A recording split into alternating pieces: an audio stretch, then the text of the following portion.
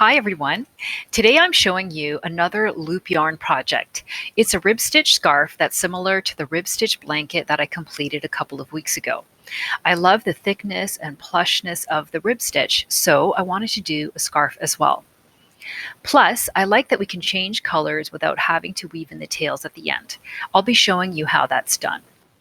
During this tutorial, we are going to, number one, do several rows of the rib stitch, and this is by making knit columns and purl columns. Number two, we're going to change colors. Number three, we're going to make nice edges at the top and bottom. For the supplies, you're going to need 1 ball of light gray loop yarn, 1 ball of lavender loop yarn, 1 ball of dark gray loop yarn, and 1 ball of blue loop yarn. You'll also need scissors, a yarn needle, and a paper clip or something else to clip onto your yarn. So let's get started. We need to reserve some yarn to smoothen out the bottom edge later, so cut open 2 loops so you have a tail. Now, since this scarf is 11 stitches wide, you need to reserve 11 loops. So count out 11 loops and mark the 11th loop with a paper clip or something so that you don't work it by accident. So now for row 1 of your project, which is the foundation row. Just count out 11 project loops and you're done. We're ready to start row 2. In my left hand, I have loop 11. In my right, I have my first working loop. I'm putting that working loop behind loop 11 and I'm pushing it through back to front, and that's the knit stitch. Next we need to purl, so we're doing the opposite move. We bring the working loop in front of the project loop. Push the working loop through front to back, and that's your purl stitch. So we've done a knit and a purl, and next we're going to knit again. So the working loop stays behind and it's going to push through the project loop back to front. And that's your knit stitch. Now it's time to purl again. So you're going to bring the working loop in front of the project loop and you're going to push that working loop through front to back. And that's your purl stitch. At this point, you can knit and purl on your own until you're back at the paper clip. Just pull the loops upwards after each stitch, and this will help keep your rows looking more organized.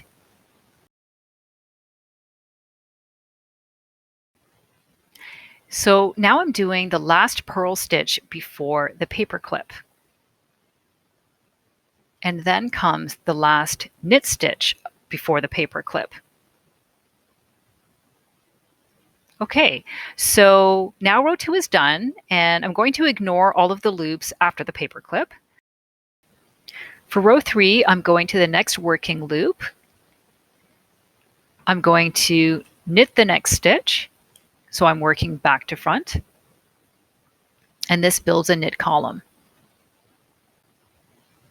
With the next working loop, I'm going to purl, so that's front to back. And this builds a purl column. These are the columns that make the rib stitch. Now you can pause your video and keep going on your own until you've done 11 light gray rows in total.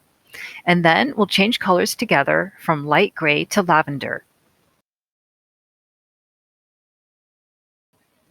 So now we're changing colors. Let's find the last knit stitch and the next working loop, which will be for the tail. We'll cut off anything else. Then we're going to cut open that working loop and we're going to tuck that tail in between the loops. Now as for the lavender yarn, we're going to cut 1 loop open for the tail and we're going to place that on top of the gray tail.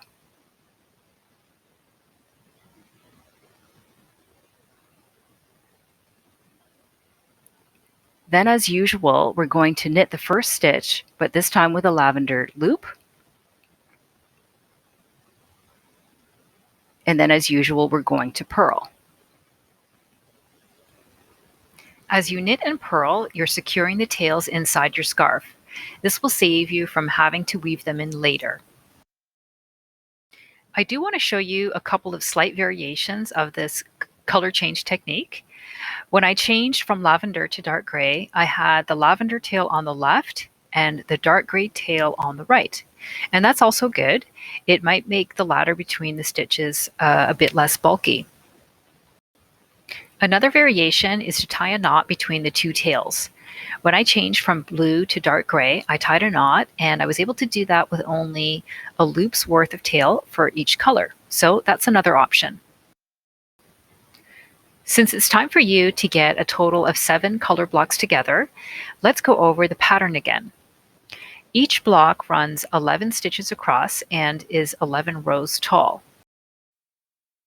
The order is light gray, lavender, dark gray, blue, dark gray, lavender, and finally light gray again.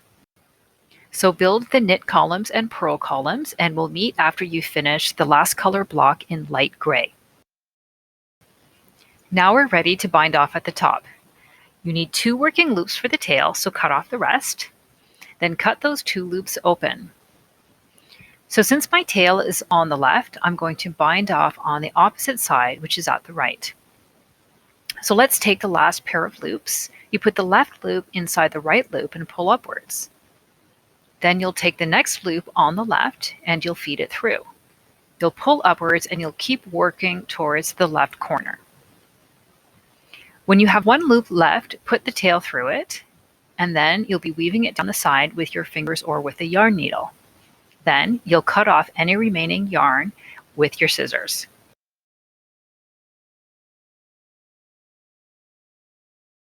So we're at the bottom edge and we're going to make it look nice.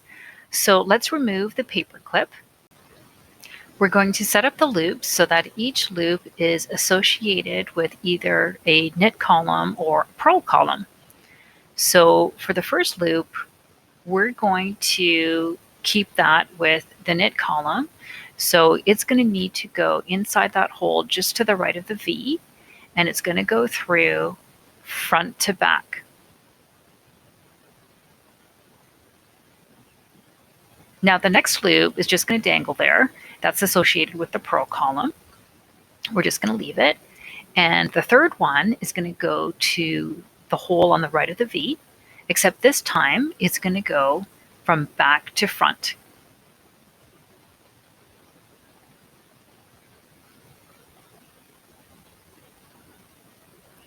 The next loop is just going to sit there, don't touch it. The following one will go to the right of the knit column. It's going front to back. The next one is just going to dangle there. And then the following one needs to go right to the right of that knit column, back to front. The next one's going to just dangle there. And then the next one's going next to the knit column, front to back. Then the next one's associated with the purl column, so we just leave it dangling. And the last one goes to the right of the very last knit column, back to front. Now make sure you have 11 loops sticking out. And after you've counted, go to the first pair of loops on the left. You'll feed the right loop into the left loop, and then you'll pull it downwards. You'll take the next loop on the right and you'll feed it through. And then you'll tug on that also. And you'll continue with this process of feeding the loop on the right into the loop on the left until you're in the right corner. I'd also like you to know that this is a variation of a technique I saw in a video from Good Knit Kisses called Loop Yarn Tips and Hacks. So feel free to check out that video yourself, and of course the rest of the videos on that channel for some really great knitting tips. Once you're at the last loop, put the tail through it.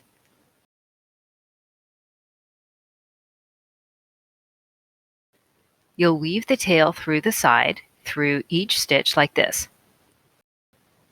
Cut off any remaining yarn and your rib stitch scarf is complete. I hope you like this video and that it helps you with your own creations. Feel free to like, comment, or subscribe to Ms. Yarn.